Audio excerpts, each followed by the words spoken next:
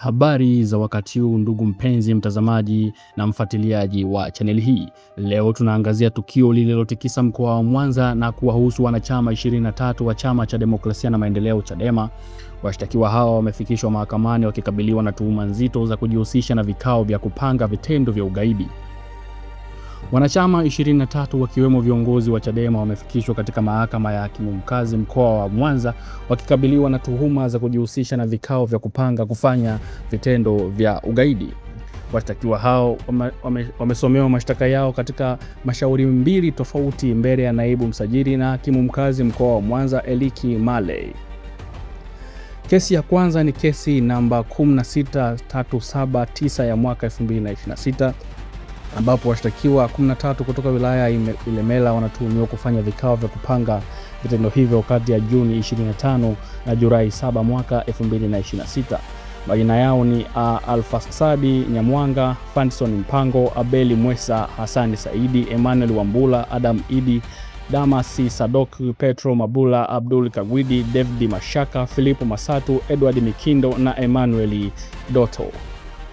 Na kesi ya pili ni kesi namba 16375 ya mwaka 2026 ambapo inawahusu washtakiwa 10 kutoka wilaya ya Nyamagana wanaotuhumiwa kufanya vikao hivyo kati ya Julai 4 na Julai 7 mwaka huu katika eneo la Igoma.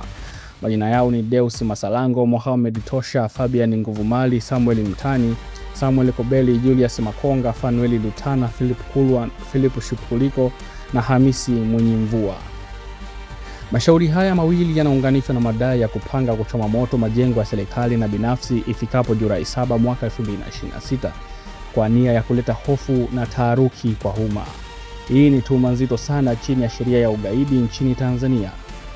Kwa pamoja, wanachama hao 23 wanatuhumiwa kufanya vikao vilivyolenga kupanga kuchoma moto majengo ya serikali na binafsi ifikapo Julai 7 mwaka 2026 kwa nia ya kuleta hofu na taharuki kwa umma. Wakili wa utetezi Eric Muta ameeleza kuwa kutokana na mahakama hiyo kutokuwa na mamlaka ya kisheria ya kusikiliza kesi za ugaidi, washtakiwa wote wamerudishwa rumande hadi Agosti 6 mwaka 2026 na shauri hilo litakapoahirishwa tena. Naye katibu wa Chadema Kanda Victoria Zakaria Ubadi ametoa wito kwa vyombo vya dola kukamilisha upelelezi kwa haraka ili kuepusha ucheleweshaji wa haki na usumbufu kwa washtakiwa. Mahakama ya hakimu mkazi haina mamlaka ya kusikiliza kesi za ugaidi. Hii ni kawaida chini ya sheria ya Tanzania. Kesi kama hizi kuhamishwa mahakama kuu au mahakama ya hakimu mkazi yenye mamlaka maalum. Kuwarejesha rumande hadi Agosti 6 kuna maanisha washtakiwa watakaa gerezani kwa muda mrefu zaidi wakati upelelezi unaendelea. Tukio hili linazua maswali mengi kuhusu uhuru wa kisiasa, matumizi ya sheria ya ugaidi na upelelezi wa haraka. Tuhuma za vikao vya kupanga ugaidi zinahitaji ushahidi thabiti. Ikiwa vikao tu bila vitendo halisi, inaweza kuwa na changamoto ya kuthibitisha nia. Wakili Eli Kimuta ameonyesha pointi muhimu kuhusu mamlaka ya mahakama.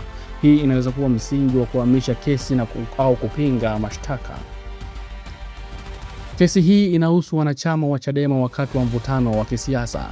Inakumbusha visa vingine vya kisiasa ambavyo sheria ya ugaidi imetumika. Wito wa Zakaria Ubadi wa kukamilisha upelelezi haraka ni muhimu ili kuepuka justice delayed is justice denied. Kuwaweka watu rumande kwa muda mrefu bila kesi kuendelea kunaweza kuathiri afya na maisha ya washtakiwa. Mahakama inapaswa kuhakikisha haki inafanyika bila upendeleo. Katika kipindi cha mvutano wa kisiasa baada ya uchaguzi, kesi kama hizi zinaweza kuonekana kama zana ya kukandamiza upinzani. Hata hivyo, ikiwa kuna ushahidi thabiti wa vitendo vya kuleta taharuki, serikali ina haki ya kuchukua hatua. Nchi yetu inahitaji uwiano kati ya usalama na uhuru wa kisiasa. Kesi hii itakuwa kipimo cha utawala wa sheria.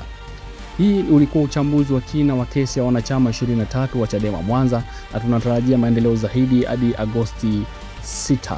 Una maoni gani kuhusiana na kesi hii?